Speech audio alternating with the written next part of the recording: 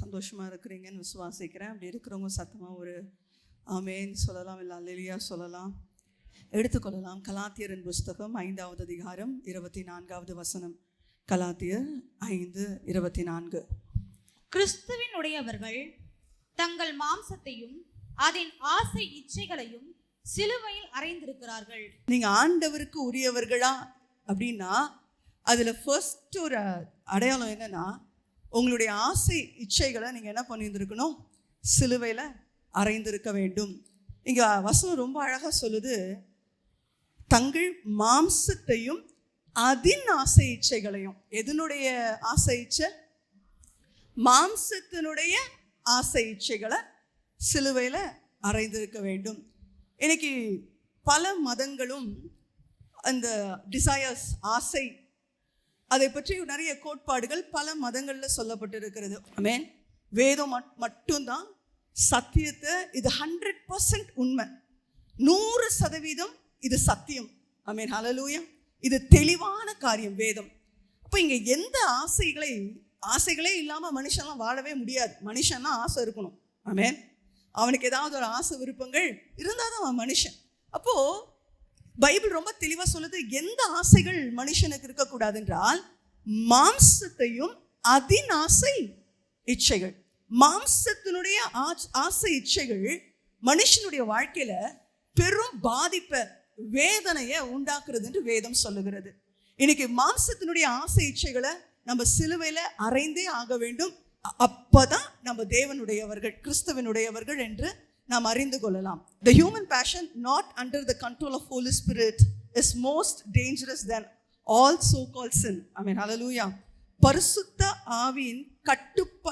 பரிசுத்த ஆவிக்கு கட்டுப்படாத எல்லா ஆசைகளும் ரொம்ப ஆபத்தானவைகள். நீங்க நினைத்து பார்க்க முடியாத, நீங்க சொல்லுவீங்க இந்த வேசித்தனம், விபச்சாரம், கொலை இதெல்லாம் ரொம்ப ரொம்ப மோசமான ஒரு காரியம், அது ரொம்ப பெரிய விளைவுகளை கொண்டு வந்துடும், நம்ம வாழ்க்கையை அழிச்சிரும் அப்படின்னு நம்ம சொன்னாலும், அதை விட ரொம்ப ஆபத்தான ஒரு காரியம் அது என்னவென்று சொன்னால் பரிசுத்த ஆவியானவருக்கு கட்டுப்படாத ஆசைகள். அந்த ஆசைகள் நம்ம வாழ்க்கையை அழிச்சிரும். இன்னைக்கு இந்த உலகத்துல நீங்க பார்க்கிற நிறைய தீமைகளுக்கு, ஆமென், இந்த உலகம் கெட்டு போயிருக்கிறதற்கு காரணம் பரிசுத்த ஆவியானவருக்கு கட்டுப்படாத ஆசைகள் தான். இந்த உலகத்துல அதான் காரணம் இந்த உலகத்துல இவ்வளோ தீமைகள் நடப்பதற்கு. ஆமென், அல்லேலூயா சொல்லுங்க பார்க்கலாம். அப்ப இன்னைக்கு நம்ம வாழ்க்கையில நம்மளுடைய மாம்சத்தினுடைய ஆசை இச்சைகளை நம்ம என்ன பண்ணணும்? சிலுவையில அறையணும். இந்த ஆசை இச்சைகளை நம்ம சிலுவையில அறையாவிட்டால் என்னென்ன பாதிப்புகள் நம்ம வாழ்க்கையில வரும்? நான் சொன்ன மாதிரி எல்லா ஆசைகளும் பாவங்கள் கிடையாது, எல்லா ஆசைகளும் தீமை கிடையாது. ஏன்னா தாவீது சொல்லுகிறான், அவருக்கு சில ஆசைகள்லாம் இருந்திருக்கு. ஆமென். அவர் சொல்றாரு, கர்த்தர சங்கீதம் 106:24வது வசனத்துல சில ஆசைகள், சில இச்சைகள் அது நன்மையான காரியங்கள். ஆமென். வாசிக்கலாம். சங்கீதம் 106:24. அவருடைய வார்த்தையை விசுவாசியாமல் இச்சிக்கப்படத்தக்க தேசத்தை அசட்டை பண்ணினார்கள். சோ இச்சை அப்படின்னாலே தவறு கிடையாது. இச்சிக்கப்பட வேண்டிய சில காரியங்கள் ஆமென் வேதத்துல சொல்லப்பட்டிருக்கிறது. ஞானத்தை நம்ம இச்சிக்கணும். ஆமென். இச்சிக்கப்பட வேண்டிய தேசம் கானானு ஜனங்க இச்சிக்கப்பட, அது நம்ம அது மேல அவ்வளோ ஆசையா இருந்திருக்கணும். It's a pleasantable thing. ஆனா ஜனங்க அதை என்ன பண்ணிட்டாங்களா? அசட்டை பண்ணிட்டாங்க. இன்னைக்கு மொத்தமா சொல்லிடக்கூடாது இச்சையே தப்பு, ஆசையே தப்பு. அது அப்படி அல்ல. மாம்சத்தினுடைய இச்சைகளும் ஆசைகளும் தவறு. அது பயங்கரமான பாதிப்புகளையும் விளைவுகளும் கொண்டு வருகிறது. பரிசுத்த ஆவினாலே உண்டாகிற ஆவினாலே உண்டாகிற ஆசைகள், அந்த சில விருப்பங்கள், வாஞ்சைகள், ஏக்கங்கள், அது நமக்கு அதிக லாபத்தை, நம்ம லைஃப்பை ரொம்ப ப்ரொடக்டிவா வைத்துக் கொள்வதற்கு அது ஏதுவா இருக்கிறது. அதனால இன்னைக்கு இச்சை தவறு, இச்சையே இருக்கக்கூடாது அப்படி இல்லை, இச்சிக்க வேண்டிய சில காரியங்களை வேதம் சொல்லுகிறது. 2வது சங்கீதம் 63:2வது வசனத்தை வாசிக்கலாம்.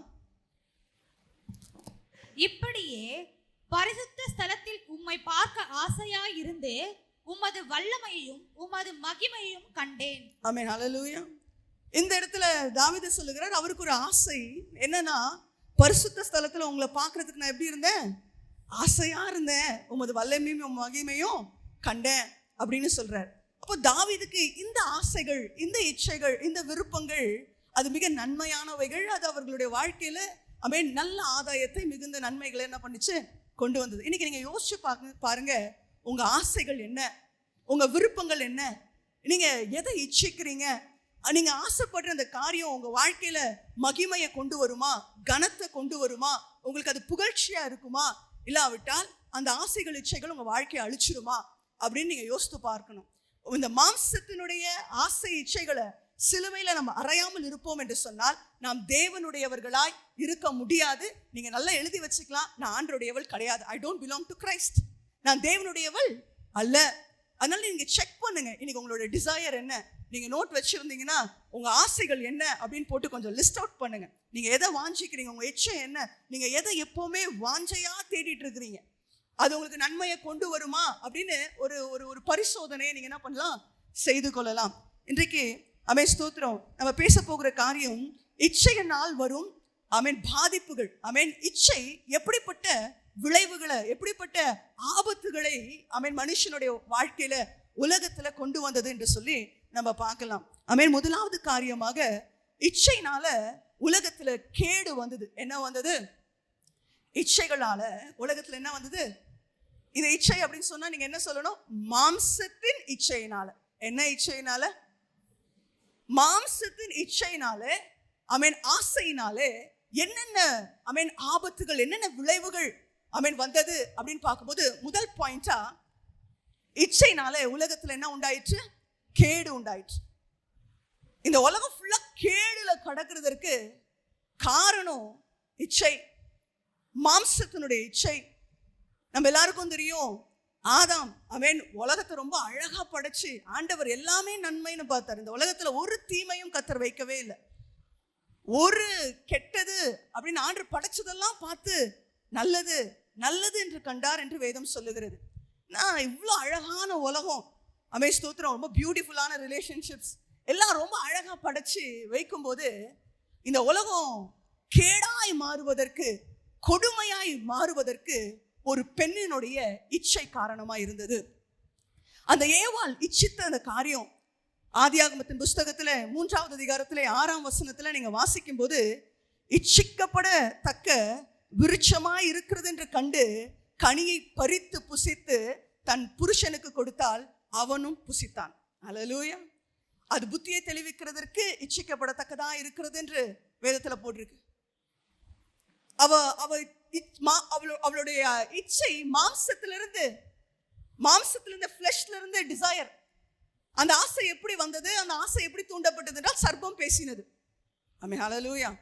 இந்த சர்ப்பம் பேசினது தான் இன்னைக்கு நிறைய பேர் நம்ம இந்த சர்ப்பத்தினுடைய டாக் ரொம்ப பயங்கரமா இருந்தது. காரணம் என்னன்னா, அதுல 99% உண்மை, 1% பொய்.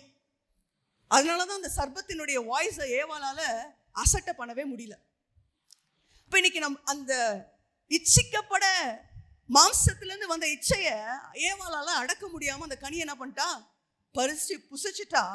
அவ அந்த இச்சித்ததுனால எப்படிப்பட்ட விளைவுகள் வந்ததுன்னு சொல்லி நம்ம எல்லாருக்குமே நல்லா தெரியும். அந்த இச்சை இந்த உலகத்தை கேடு உண்டாக்கிட்டு இந்த உலகத்துக்குள்ள பாவத்தை கொண்டு வந்தது. இந்த உலகம் ஸ்தோத்திரம், தேவன் படைத்து வைத்திருந்த அந்த அழகு, அந்த மகிமையை இழந்து போயிடுச்சு. அதனுடைய நன்மைகளை இழந்து போயிடுச்சு. இவ இச்சித்தா. அதுக்கப்புறம் அவங்க பையன் வந்தான். யாரு அவங்க பையன்? காயின், ஆபேல். அந்த வசனத்தை நம்ம வாசிக்கலாம். ஆதியாகமம் புத்தகத்துல 4வது அதிகாரத்துல 7வது வசனம். நீ நன்மை செய்தால் மேன்மை இல்லையோ? நீ நன்மை செய்யாதிருந்தால் பாவம் வாசற்படியில் படுத்திருக்கும், அவன் ஆசை உன்னை பற்றி இருக்கும், நீ அவனை ஆண்டு கொள்ளுவாய் என்றார். ஆமென். பாவம் வாசற்படியில் படுத்திருக்கும், அவன் ஆசை உன்னை பற்றிருக்கும், நீ அவனை ஆண்டு கொள்ளுவ. ஒருத்தி இச்சித்தா. இச்சை உலகத்துக்குள்ள அந்த இச்சைனால என்ன நடந்துச்சு அப்படின்னு சொன்னா, பாவம் உள்ள வந்துச்சு. இன்னைக்கு கான்ஸ்டன்டா ஸ்ட்ரகிள் அன்லாக் ஆயிடுச்சு உலகத்துல. இந்த வசனம் உங்களுக்கு சில பேருக்கு சரியா புரியாது. அவன் ஆசை உன்னை பற்றி இருக்கும் அப்படின்னா அந்த அவன் எதை குறிக்கிறது என்று சொன்னால், பாவத்தின் ஆசை நம்மள என்ன பண்ணிருக்குமா? நீங்க இங்கிலீஷ் பைபிள் இருந்தா அந்த அந்த வேர்ஸை நீங்க இங்கிலீஷ்ல போட்டு பாருங்க. அந்த இங்கிலீஷ்ல ரொம்ப தெளிவாய் அழகா இருக்கும். ஒருவள் இச்சித்தால் அதுக்கு அடுத்து வர சந்ததி பாவம் வாசப்படியிலே படுக்க ஆரம்பிச்சிருச்சு. அந்த பாவத்தினுடைய ஆசை நம்மள என்ன பண்ணிடுச்சு? பாவத்துக்கு இதான் சொல்வேன், நீங்க தவறான காரியத்தை நீங்க ஆசைப்பட்டுட்டீங்கன்னா அந்த காரியம் உங்களை ஆசைப்பட்டுரும். ஹல்லேலூயா. தவறான காரியத்தை நம்ம ஆசைப்பட்டோம்னா அந்த காரியம் நம்மள என்ன பண்ணிடும்? ஆசைப்பட்டுரும். இந்த பழைய கதை தான் எல்லாருக்கும் தெரியும். இந்த ஒரு ஊர்ல ஒரு நல்ல ஃப்ளட் வந்து பயங்கரமா அடித்து கொண்டு வரும்போது அந்த ஃப்ளட்ல 2 பேர் நின்று பார்த்துட்டு இருக்காங்க. நிறைய காரியங்கள் அப்படியே ஆடு மாடெல்லாம் அடிச்சுட்டு போகுது. இப்போ திடீர்னு ஒரு கருப்பு மூட்டை அது என்ன பண்ணுது? வேகமா அந்த வெள்ளத்துல அடிச்சுட்டு போகுது. அப்போ இங்கேருந்து அவன் ஃப்ரெண்டு சொல்றான், டேய் ஏதோ ஒரு புதையல், ஏதோ அதுக்குள்ள பொக்கிஷன்லாம் இருக்கு, ஏதோ வெயிட்டா என்ன பண்ணுது? அடிச்சுட்டு போகுது. அதை போய் நம்ம என்ன பண்ணலாம்? எடுத்துடலாம். இவன் சொல்றான், டேய் வெள்ளம் பயங்கர வேகமா போகுது, அதுக்குள்ள என்ன பண்ண வேண்டாம், போக வேண்டாம்டா அப்படின்னு சொல்ல இவன் என்ன பண்றான்? இருடா நான் போய் அதை மட்டும் எடுத்துட்டு வந்துடுறேன் அப்படின்னு சொல்லி வேகமா நீச்சல் அடிச்சு அந்த கருப்பு அந்த மூட்டையை அப்படியே கட்டி பிடிச்சிடலாம். பிடிச்சிட்டு கொஞ்ச நேரம் ஆகுது. கொஞ்ச நேரம் ஆக கரைக்கு வர வேண்டிய அவன் உள்ள கடல் அந்த தண்ணிக்குள்ள போறான். இங்கேருந்து ஃப்ரெண்டு கையாட்டி, டேய் வாடா கரைக்கு வாடா, சீக்கிரம் இழுத்துட்டு வெளில வாடா அப்படின்னு சொன்னா அவன் கையை மட்டும் அசைச்சான். அவனுக்கு ஒண்ணுமே புரியலையாம். டேய் விட்டுடா, அதை விட்டுட்டு நீ வந்துடுடா, அது போனா போட்டோம் அப்படின்னா, டேய் நான் எப்பயோ அதை விட்டுட்டேன், அதுதான் என்ன பண்ண முடியுது, என்ன விட மாட்டேங்குதுடா அப்படின்னு சொல்லி அலறினானாம். அவன் எவ்வளோ கத்தியும் அவன் கூச்சல் போட்டும் அந்த காரியம் அவனை விடவே, அது கடைசியில அது பொக்கிஷம் அல்ல, அது ஒரு கருப்பு கரடி. ஆமென், ஹல்லேலூயா. அந்த கரடி அவனை எடுத்து அந்த ஆத்துக்குள்ளே கொண்டு போய் அவன் மரித்து போனான் அப்படின்னு ஒரு கதை சொல்லுவாங்க. நான் சொல்றேன், நம்ம இஷ்டத்துக்கு சிலது மேல ஆசை வச்சுட்டோம்னா அதுக்கப்புறம் அது நம்மள ஆசைப்பட்டுரும். அதான் பெரிய பிரச்சனை. ஆமென், ஹல்லேலூயா. அதுக்கப்புறம் நீ போனாலும் அது என்ன பண்ணாது? போகாது. அது உன்னை விடாது. ஆமென். அது உன் வாழ்க்கையை அழிச்சிடும். உன்னுடைய காரியங்களை, தேவனுடைய திட்டங்களை நாசமாக்கிடும். தேவன் நன்மையாய் கண்ட காரியங்களை கேடாக்கி விடும். ஹல்லேலூயா. ஏவாள் இச்சித்தாள். அந்த இச்சையினால ஆமென் ஸ்தோத்திரம் என்ன நடந்துச்சு அப்படின்னு சொன்னா, அந்த வாசப்படியிலே, மனுஷனுடைய வாழ்க்கையினுடைய வாசப்படியிலே பாவம் படுக்க ஆரம்பிச்சிருச்சு. அந்த இச்சையினால உலகத்துல கேடு வந்துடுச்சு. ஆமென் ஸ்தோத்திரம். அந்த ஆசை அவனை பற்றி, அந்த பாவம் மனுஷன் மேல ஆசைப்பட ஆரம்பிச்சிருச்சு. ஆமென். நீங்க வசனம் அழகா சொல்லுது. ஆமென். ஆசை அவனை பற்றி இருக்கும், நீ அவனை ஆண்டு கொள்ளுவாய். கான்ஸ்டன்டா நமக்கு பாவத்தினுடைய போராட்டங்களும் நம்ம எப்பவுமே அவனை ஆளுகை செய்து கொண்டே இருக்க வேண்டும். அதனாலதான் வசனம் சொல்லுது, மாம்சத்துக்கு விரோதமாய் ஆவியும், ஆவிக்கு விரோதமாய் மாம்சமும் ஒண்ணுக்கு என்ன பண்ணிட்டே இருக்குதான்? இச்சித்துக்கிட்டே இருக்குதான். Constant struggle. தேவையில்லாத காரியத்தின் மேல நீங்க ஆசைப்பட்டு அதை உங்க வாழ்க்கைக்குள்ள விட்டுட்டீங்கன்னு சொன்னா, நீங்க நான் சொல்றேன், பாவம் வாசப்படியிலே இருக்கும். நீங்க தொடர்ந்து அது கூட போராட வேண்டியதா இருக்கும். கடைசி வரைக்கும் போராடணும். போராடி இந்த காரியத்தை ஏவாள் அன்லாக் பண்ணி விட்டா, இன்னைக்கு வரைக்கும் மாம்சத்துக்கும் நமக்கும் என்ன இருக்குது? டெய்லி மாம்சத்தோட நமக்கு என்ன இருக்குது? போராட்டம் இருக்கு. டெய்லி அதை அடக்கணும், டெய்லி அதை ஆளுகை செய்யணும். அதை நம்ம ஆளுகை செய்யலன்னா அது நம்மள என்ன பண்ணிடுது? ஆளுகை செஞ்சிடுது. இப்பதான் சொல்றேன், இச்சையினால உலகத்துல கேடு வரும். நீ எதை இச்சிக்கிற, எதன் மேல உன்னுடைய ஆசை இருக்கிறது, அந்த ஆசை உனக்கு நன்மையை கொண்டு வருமா அப்படின்னு நீங்க சோதித்துக் கொள்ளுங்கள். அதுக்கு இன்னொரு 2வது பாயிண்ட். ஆமென் ஸ்தோத்திரம். இச்சையானது கர்ப்பம் தரித்து பாவத்தை பிறப்பிக்கும். பாவம் மரணத்தை என்ன பண்ணும்? கொண்டு வரும். 2வது மாம்சத்தின் இச்சை. ஃபர்ஸ்ட் பாயிண்ட் சொன்னேன், மாம்சத்தின் இச்சையினால உலகத்துல என்ன வந்தது? கேடு வந்தது. 2வது இச்சையானது கர்ப்பம் தரித்து பாவத்தை பிறப்பிக்கும். பாவம் மரணத்தை என்ன பண்ணும்? கொண்டு வரும். ஆமென். வாசிக்கலாம் 2 சாமுவேலின் புஸ்தகம் 13வது அதிகாரம் 1வது வசனத்திலிருந்து வாசிக்கலாம். இது பெரிய சம்பவம். நான் சுருக்கமா இதை சொல்ல விரும்புகிறேன். இதற்கு பின்பு தாவீதின் குமாரனாகிய அப்சலோமுக்கு தாமார் என்னும் பேருள்ள சௌந்தரியம் உள்ள ஒரு சகோதரி இருந்தாள். அவள் மேல் தாவீதின் குமாரன் அம்னோன் மோகம் கொண்டான். தன் சகோதரியாகிய தாமாரின் நிமித்தம் ஏக்கம் கொண்டு வியாதிப்பட்டான். அவள் கன்னியாஸ்திரியாய் இருந்தாள். அவளுக்கு பொல்லாப்பு செய்ய அம்னோனுக்கு வருத்தமாய் கண்டது. அம்னோனுக்கு தாவீதுடைய தமையன் சிமியாவின் குமாரனாகிய யோனதாப் என்னும் பேருள்ள ஒரு சிநேகிதன் இருந்தான். அந்த யோனதாப் மகா தந்திரவாதி. அவன் இவனை பார்த்து, ராஜகுமாரனாகிய நீ நாளுக்கு நாள் எதினாலே இப்படி மெலிந்து போகிறாய், எனக்கு சொல்ல மாட்டாயா என்றான். அதற்கு அம்னோன், என் சகோதரன் அப்சலோமின் சகோதரியாகிய தாமாரின் மேல் நான் ஆசை வைத்திருக்கிறேன் என்றான். ஆமென். இவனுக்கு ஒரு ஆசை. ஆமென். ஹல்லேலூயா. இது பிளாட்ல ஒரு 3 நபர்கள் வருவாங்க. யாருன்னா தாமார், அதுக்கப்புறம் யாரா, அம்மோன், யோனதாப். இந்த 3 கேரக்டர்ஸ், தாமார், அம்னோன், யோனதாப்.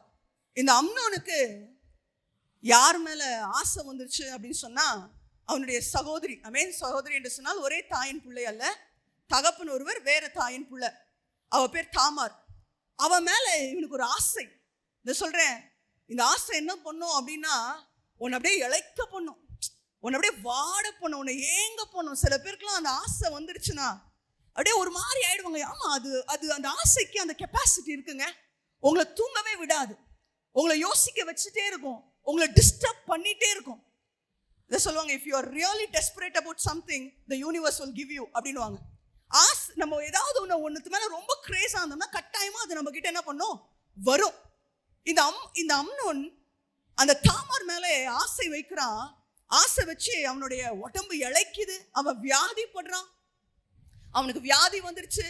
நாளுக்கு நாள் அப்படியே நோயாளி போல. இவன் ஒரு ராஜகுமாரன், ஒரு ராஜ பதவிக்கு தன் தகப்பனுக்கு அடுத்த ராஜாவுடைய சிங்காசனத்துல உட்கார்றதுக்கு ஒரு தகுதியான ஒரு பர்சன் அம்னோன். ஆனா இவனுக்குள்ள வந்த ஒரு ஆசை அவனுடைய வாழ்க்கையை நாசமாக்கி போட்டது. இத சொல்றேன், இவன் எவ்வளவு அவளை நேசித்தானோ அவ்வளவாய் அவளை வெறுத்தானோ. ஆமென். அந்த வசனம் நீங்க கீழே வாசித்தாலும் அந்த சம்பவம் உங்க எல்லாருக்குமே தெரியும். தாமாரை அவன் நேசித்து, எப்பவுமே ஆசையும் தந்திரமும் ஃப்ரெண்ட்ஸா இருப்பாங்க. ஆசையும் எதுவும் ஃப்ரெண்ட்ஸா இருப்பாங்க. பக்கத்துல கை பிடிச்சி சொல்லுங்க, ஆமென். நீங்க ஆசையும் தந்திரமும் ஃப்ரெண்ட்ஸ். ஆமென். ஹல்லேலூயா. மாம்சத்தின் ஆசை இச்சையோடு தந்திரம் அப்படியே ஃப்ரெண்டா இருக்கும். ஏவாள் இச்சித்தால் சர்ப்பம் எப்படிப்பட்டதா இருந்தது, தந்திரமா இருந்தது. அம்மோன் தாமாரை ஆசை வைத்தான். அங்க ஒருத்தர் வராரு, அவர் யாரு, யோவாப். அவன் எப்படிப்பட்டவன், அவன் எப்படிப்பட்டவனா இருந்தானா, தந்திரம். இன்னைக்கு கூட சொல்றேன், இன்னைக்கு சில பேர்லாம் சில தவறான காரியத்தினால, மாம்சத்திலிருந்து எழும்புகிற ஆசை இச்சைகளினால அவன் சில காரியத்தை செய்யும்போது பிளான் போடுவாங்க பாருங்க. அந்த பிளான் எத்தனை பேர் நியூஸ்ல எல்லாம் பாக்குறீங்க. எப்படி கொலை பண்ணாங்கன்னே தெரியாது, எப்படி அழிச்சாங்கன்னே தெரியாது. அது வரும், உனக்கே ஆச்சரியமா இருக்கும். எப்படா இந்த மாதிரி நம்மளாம் என்ன பண்றோம், யோசிக்கிறோம் அப்படின்னு சொல்லி. இந்த ஆசை மாம்சத்துல எழும்புகிற ஆசை இச்சை அது மரணத்தை உன் வாழ்க்கையில என்ன பண்ணும், கொண்டு வரும். Physical death. இன்னைக்கு உலகத்துல நிறைய மனிதர்களுடைய தவறான இச்சைகளினாலே, ஆசைகளினாலே சிறு பிள்ளைகள் கொலை செய்யப்படுகிறார்கள். இன்னைக்கு பயங்கரமான கொலைகள் நடக்கிறது, கொள்ளைகள் நடக்கிறது. இத சொல்றேன், ரொம்ப ஜாக்கிரதையா இருக்கும். நமக்குள்ள எழும்புகிற ஒவ்வொரு ஆசைகளை குறித்து ரொம்ப கவனமா இருக்க வேண்டியது அவசியம். அந்த ஆசை உன்னை நீ நினைக்காத ஆபத்தான காரியத்திற்குள்ள, ரொம்ப கொடூரமான விளைவுகளுக்குள்ள அவன் இன்றைக்கு உலகத்தை கொண்டு போய் விட்டு கொண்டு இருக்கிறது. சிலர் பணத்தின் மேல ஆசை வச்சு அவங்க திருடுற பிளான்லாம் போலீஸால கண்டே பிடிக்க முடியாது. எப்படா இப்படி ஒரு பிளான், எப்படி இப்படி ஒரு ஐடியானா, நீ மாம்சத்துல ஒரு ஆசை இச்சை வந்துச்சுன்னா நீங்க வியக்கலாம் வேண்டாம், பயங்கர தந்திரமான பிளான்ஸ் எல்லாம் வரும். ஹல்லேலூயா. ஏன்னா ஆசை இச்சையோடு, மாம்சத்தின் ஆசை இச்சையோடு தந்திரம் கை கோர்த்து விடும். அது இருந்தாலே தந்திரம் வந்துடும். உங்களுக்கு இல்லாத பிளான், ஆமென், ஹல்லேலூயா, யூனிவர்ஸ்லயே இல்லாத ஐடியாஸ்லாம் உங்களுக்கு வரும். ஆமென். அது அவ்வளவு நாக்கா, ரொம்ப இன்டெலிஜென்ட்டா, ரொம்ப வைஸாலாம் அந்த காரியத்தை நடப்பித்து முடிப்பதற்கு பிசாசு உதவி செய்வான். ஏனென்று சொன்னால் இந்த இச்சை மனுஷனை மரணத்துக்குள்ள கொண்டு போய்விடும். இச்சை பாவத்தை கொண்டு வரும். அந்த பாவம் மரணத்துக்குள்ள மனுஷனை கொண்டு போய்விடும். தேவனை விட்டு பிரிச்சிடும். அது மாத்திரமல்ல, நான் ஸ்பிரிச்சுவல் டெத்தை மாத்திரம் சொல்லல. அவன் இன்றைக்கும் உலகத்துல பல கொலைகள், பல ஸ்தோத்திர காரியங்கள் நடப்பதற்கு காரணம் இச்சை, தவறான ஆசை, பிறனுடைய காரியத்தை இச்சிப்பது, பிறனுடைய மனைவியை இச்சிப்பது, பிறனுடைய பொருட்களை இச்சிப்பது. மத்தவங்க மேல நமக்கு ஆசை வந்தாலே அது பிரச்சனைங்க. நீங்க அப்ரிஷியேட் பண்ணலாம், உங்க ட்ரெஸ் நல்லா இருக்கு அப்படின்னு சொல்லலாம், வெரி குட். அது உங்களுக்கு நல்லா இருக்கு, அது எனக்கு நல்லா இருக்காது, அது உங்களுது. அப்படி மத்தவனுடைய காரியத்தின் மேல உனக்கு ஆசை வந்துச்சுன்னா அந்த ஆசை கட்டாயமா மரணத்துல ஒன்னு பிசிக்கல் டெத் இல்ல ஸ்பிரிச்சுவல் டெத்ல உன்னை கொண்டு போய் விட்டுரும். இந்த அம்மோனுக்கு ஒரு ஆசை, அந்த தாமார் கட்டாயமா அவனுடையதாய் மாற முடியாது. ஸ்தோத்திரம். ஏன்னா லீகலாவே அது செட் ஆகாது. ஏன்னா அது சகோதரி, வேற தாயின் பிள்ளையா இருந்தாலும் அப்படி திருமணம் செய்யக்கூடாதப்பா, அது அவனுடையது கிடையாது, அவன் எடுத்துக்கொள்ள முடியாத ஒரு காரியம் அது. ஆனால் அதன் மேல அவன் ஆசை வைத்தான். அந்த ஆசை அவன் வியாதிப்பட வைத்தது, அவன் அப்படியே இழைக்க வைத்தது. ஏக்கம் கொண்டானாம், மோகம் கொண்டானாம். சரிப்பா, ஆசை தானே சொல்றேன், அந்த ஆசை அப்படியே இருந்திருக்கணும்ல. ஆனா காரியம் முடிஞ்சோடனே அவளை எந்த அளவுல நேசித்தானோ, எந்த அளவுல அவனுக்கு ஏக்கம் இருந்ததோ, அதே அளவுல அவள் மேல அவளுக்கு வெறுப்பு வந்தது. அவ சொல்றா, தாமார் ஒரு வார்த்தையை அழகா சொல்லுவா, நீ எனக்கு முந்தி செய்த கேடை விட நீ இப்ப செய்யற பத்தியா, அந்த கேடு ரொம்ப மோசமானது, அதை என்னால் தாங்க முடியல அப்படின்னு சொல்லி அவள் புலம்பி அழுகிற காரியத்தை பார்க்கலாம். சொல்றேன், அதோடு தாமாருடைய சப்ஜெக்டே பைபிள்ல முடிஞ்சிருச்சு. அதுக்கப்புறம் அவன் என்ன ஆனானே தெரியாது. இந்த அம்மோன் கொலை செய்யப்பட்டான் அப்சலோமினால. அவனுடைய தாமாருடைய அண்ணன், அவன் பேர் என்னது, அப்சலோம் அவனை கொலை செய்தான். தவறான இச்சை, தவறான ஆசை உனக்கு வரும் என்று சொன்னால் அந்த ஆசை ஸ்தோத்திரம் உன்னை சார்ந்தவர்களை கெடுக்கும். கடைசியில் இந்த அப்சலோம் அவனும் செத்து போனான், அம்மோனும் செத்து போனான். தாவீது தேசத்தை விட்டு துரத்தப்பட வேண்டிய ஒரு அவசியம் வந்தது. ரொம்ப ஜாக்கிரதையா இருங்க. நமக்கு அல்லாத, நம்மளுடையது அல்லாத அந்த காரியத்தை தயவு செய்து அதன் மேல யூ கேன் அப்ரிஷியேட். நான் திரும்ப சொல்றேன், அதை நீங்க நல்லா இருக்கு அப்படின்னு சொல்லலாம், அழகா இருக்கு, அந்த காரை பார்த்து நல்லா இருக்குன்னு சொல்லலாம். ஆனா அந்த காரை எனக்கு வேணும். இன்னைக்கு நிறைய கிறிஸ்தவர்களுக்கு வீடு விடுறதுக்கு பயப்படுறாங்க. ஏன் சொல்லுங்க, நிறைய கிறிஸ்தவர்களுக்கு வீடு விட பயப்படுறாங்க. நீங்க சொல்ல மாட்டீங்களே, உங்களுக்கு தெரியாதா? ஜெப கூட்டம் நடத்துவாங்கன்றதுக்காக இல்ல, கை வச்சு ஜோம் பண்ணி இயேசுவே இந்த வீட்டை எனக்கு தாரும், இந்த வீட்டை எனக்கு தாரும், அந்த வீட்டை வாங்கிடுவாங்க. இது ஒரு பெரும்பாலான ஒரு ஸ்டேட்மெண்ட். ஊழியக்காரர்கள் இப்படி பிரசங்கம் பண்றாங்க. ரோட்ல போகும்போது ஏதாவது அழகான காரை பார்த்து அது மேல கை வச்சு என்ன பண்ண, இந்த காரை எனக்கு தாரும் ஆண்டவரின் ஜோம் பண்ண, அந்த கார் உண்டா மாறிடும். ஐயோப்பா, அது வேதத்துல ஒரு நாளும் அனுமதிக்கப்படவில்லை. கர்த்தர் என்றைக்கும் இன்னொருத்தருடைய எடுத்து உனக்கு கொடுக்க மாட்டார். இன்னொருத்தருடைய காரியத்தின் மேல நீ ஆசை வைத்தால் அது இச்சை, அதை உன்னை அழிச்சிடும், அது மரணத்துல கொண்டு போய் விட்டுவிடும். முதலாவது சொன்னேன், இச்சையினால கேடு உண்டாகும். இரண்டாவது, இச்சையினால ஸ்தோத்திரம் மரணம் வரும். எனக்கு அநியாயமான காரியங்கள், அநியாயமான கொடுமையான காரியங்கள். பெத்தெடுத்த தாய் ஸ்தோத்திரம் 1.5 வயசு குழந்தை, அதுக்கப்புறம் 9 வயசு 8 வயசு ஒரு பிள்ளை, அப்புறம் அவங்க அப்பா அவங்க அம்மா எல்லாரையும் கொலை பண்ணிட்டான். எல்லாரையும் கொலை பண்ணான். கொலை பண்ணி எப்படி கொலை பண்ணானே கண்டுபிடிக்க முடியல. போலீஸ் இன்வெஸ்டிகேஷன் நடக்குது, கண்டே பிடிக்க முடியல. கடைசியில ஃபைனலா கண்டுபிடிச்சாங்க.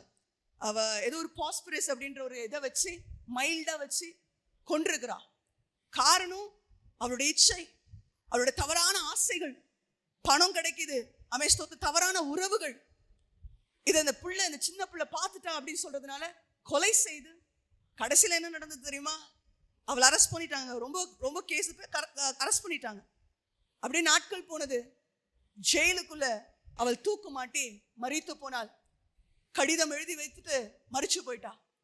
இந்த என்னுடைய சாவுக்கு யாரும் காரணம் கிடையாது, ஸ்தோத்திரம் அப்படியெல்லாம் சொல்லி எழுதி அவள் மரித்து போனாள்.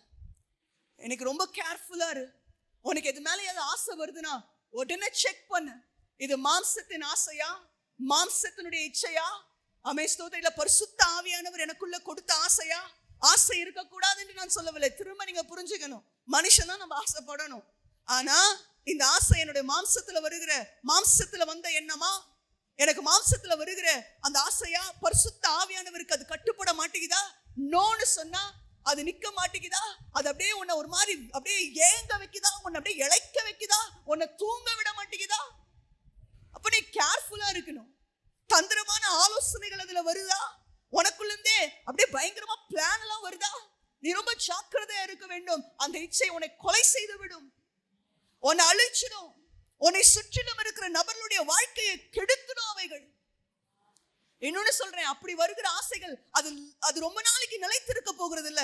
கொஞ்ச நாள் கழிச்சு அது அப்படியே வெறுப்பாய் மாறி போய்விடும், உனக்கு சலிப்பாய் மாறிவிடும். அவ்வளவு ஏங்கின இந்த அம்னோன் அதுக்கப்புறம் தாமாருடைய முகத்தை அவன் பார்க்கவே விரும்பவில்லை. தாமாருடைய ஃபேஸ் அவனுக்கு பார்க்கவே பிடிக்கல. இன்னைக்கு இது நடக்கலையாங்க? 10 வருஷம் லவ் பண்ணி கல்யாணம் பண்றாங்க, 2 மாசத்துல டிவோர்ஸ் வாங்கிடுறாங்க. ஆமென், ஹல்லேலூயா. ரொம்ப ஜாக்கிரதையா நமக்கு வருகிற ஆசைகள், நமக்கு வருகிற விருப்பங்கள் ஏமாற்றிக் கொள்ளக்கூடாது. வாலிப பிள்ளைகள் ஏமாற்றிக் கொள்ளக்கூடாது. இல்ல இது ஆண்டவர் தான், இல்ல எனக்கு வசனம் தான், நோ. செக் பண்ணணும். தேவனுடையவர்களா இருப்பீர்கள் என்று சொன்னால் உங்கள் மாம்சத்தில் எழும்புகிற ஆசை இச்சைகளை உங்களுக்கு சிலுவையில அறைய தெரியணும். பலது வரும் தான், பலது எழும்பும் தான். அப்படியே ஏதாவது வீட்டை பார்க்கும்போது இந்த வீட்டை நம்ம எடுத்துக்கலாமான்னு தோணும் தான். அந்த நிலத்தை பார்க்கும்போது இந்த நிலம் நமக்கு கிடைச்சா தோணும், இருந்தா நல்லா இருக்கும், அது இன்னொருத்தர் தான் இருக்கும். அதை இச்சிக்க கூடாது. பிறனுடைய யாதொன்றையும் நம்ம என்ன பண்ணக்கூடாது, இச்சிக்க கூடாது. இன்னைக்கு கொலைக்கு, எல்லா கொலைக்கும் காரணம் என்ன சொல்லுங்க பார்க்கலாம், சொல்லுங்க. ஆசை, இச்சை. ஹல்லேலூயா. ரொம்ப ஜாக்கிரதையா இருங்க. 3வது காரியம், ஆமென், ஹல்லேலூயா, அவன் என்ன இச்சித்தாலும் அது எல்லாம் அவனுக்கு குறைவில்லாமல் கிடைக்கும். அதான் பிரச்சனை. ஆமென், ஹல்லேலூயா. நீங்க ஸ்பிரிட்ல பரிசுத்த ஆவியானவருக்கா அப்படி அப்படி எழும்புகிற ஆசைகள், விருப்பங்களை கர்த்தர் நிறைவேற்றுகிறார். இன்னொன்னு சொல்றேன், வாசிக்கலாம். பிரசங்கி 6வது அதிகாரம் 2வது வசனம். பிரசங்கி 6:2. அதாவது ஒருவனுக்கு தேவன் செல்வத்தையும் சம்பத்தையும் கனத்தையும் கொடுக்கிறார், அவன் என்ன இச்சித்தாலும் அது எல்லாம் அவனுக்கு குறைவில்லாமல் கிடைக்கும். ஆனாலும் அவைகளை அனுபவிக்கும் சக்தியை தேவன் அவனுக்கு கொடுக்கவில்லை, அந்நிய மனுஷன் அதை அனுபவிக்கிறான், இதுவும் மாயையும் கொடிய நோயுமானது. 3வது அந்த லஸ்ட், அந்த இச்சை, ஆசை, டிசையர் அப்படின்ற தன்மை என்னன்னா, நீங்க இச்சித்துட்டா அது கிடைச்சிரும். ஆமென், ஹல்லேலூயா. பக்கத்துல கை பிடிச்சி சொல்லுங்க, உங்களுக்கு கையெல்லாம் சில பேருக்கு எடுக்க முடியாம அப்படி பேக் பண்ணி வச்சிருக்கீங்க, ஆனா பக்கத்துல முகத்தையாவது பார்த்து சொல்லுங்க, பெரிய பிரச்சனை என்னன்னா, இச்சித்துட்டா, ஆசைப்பட்டுட்டா அது கிடைச்சிருங்க. ஆமென், ஹல்லேலூயா. அச்சோ, அது ஒரு வேதனை. அவன் என்ன இச்சித்தாலும் அது எல்லாம் அவனுக்கு குறைவில்லாமல் கிடைக்கும். துன்மார்க்கனுடைய இச்சை அவனுக்கு, அவன் இச்சித்த காரியம் அவன் வாழ்க்கையில நடக்குதுன்னு வசனம் சொல்லுது.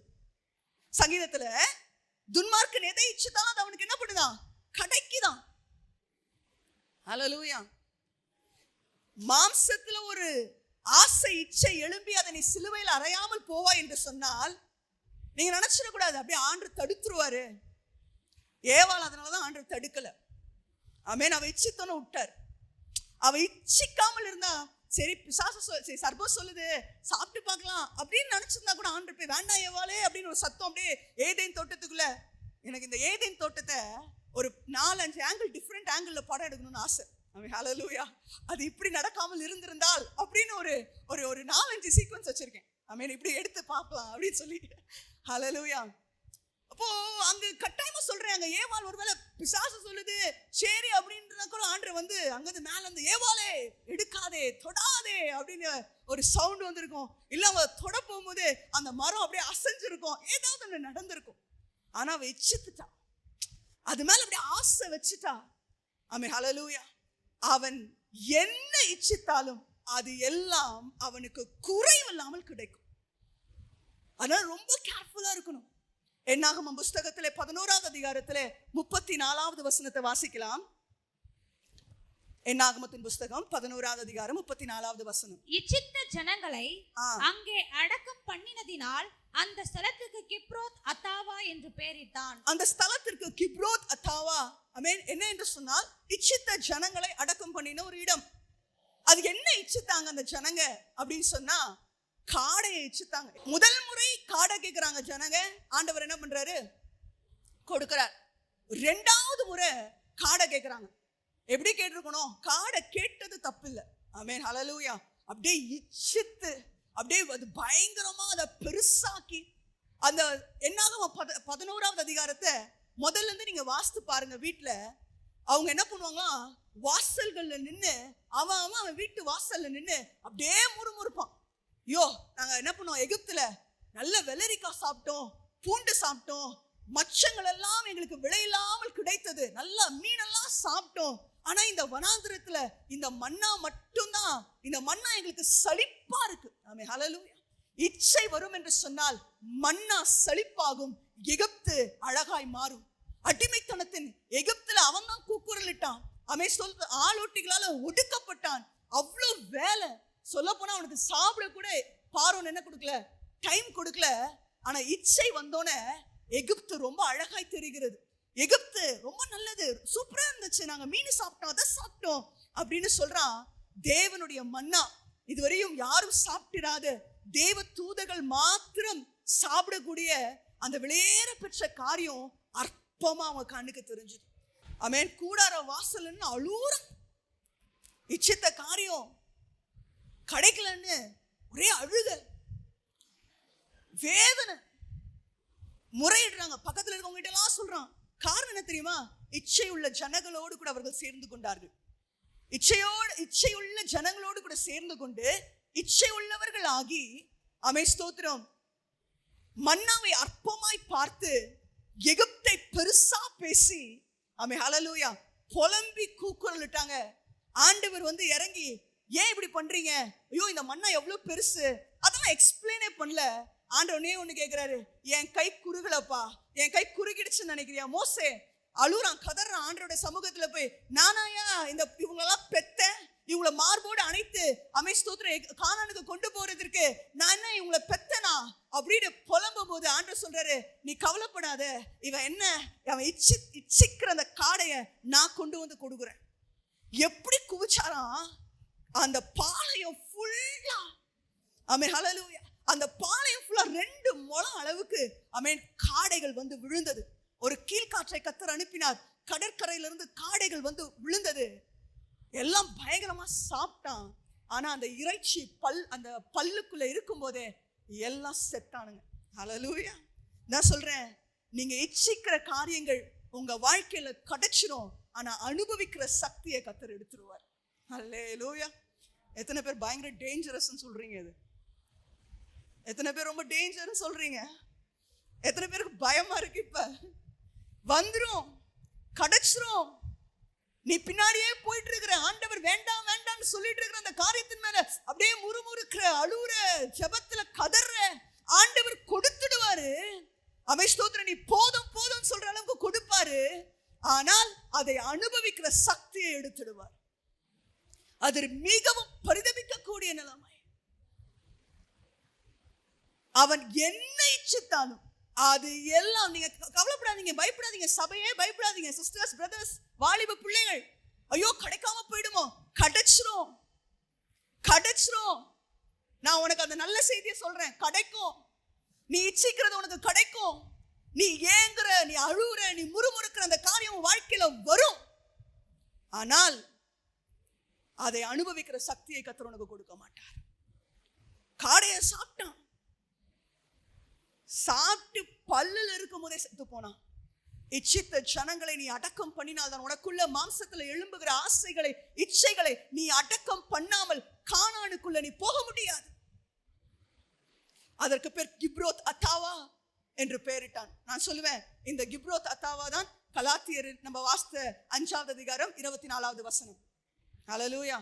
அந்த பிளேஸ் தான், இந்த பிளேஸ் தான் கலாத்தியரை மென்ஷன் பண்ணியிருக்காங்க. எப்படின்னா, கிறிஸ்துவனுடையவர்கள் தங்கள் மாம்சத்தையும் அதின் ஆசை இச்சைகளையும் சிலுவையில் அறைந்திருக்கிறார்கள்.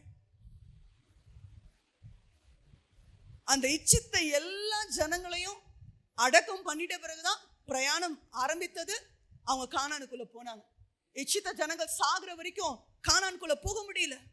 உனக்கு வைத்திருக்கிற தேவன் வைத்திருக்கிற மகிமையான இச்சிக்கப்பட வேண்டிய காரியங்கள், அழகா இருக்கிற காரியம், மகிமையா இருக்கிற காரியத்திற்குள்ள நீங்க போகணும்னு சொன்னா, ஹல்லேலூயா, இந்த மாம்சத்தின் இச்சைகளை, மாம்சத்தின் ஆசைகளை சிலுவையில நீங்க அறைய வேண்டியது அவசியம். என் கூட இருக்கிறவங்க சத்தமா ஒரு அல்லேலூயா சொல்லுங்க பார்க்கலாம். நல்லா இன்னும் சத்தமா.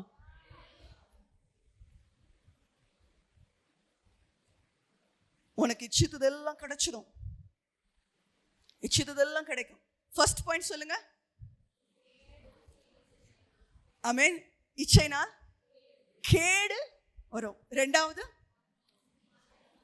இச்சை இச்சை பாவத்தை, பாவம் மரணத்தை கொண்டு வரும். இச்சைனால் மரணம் வரும்.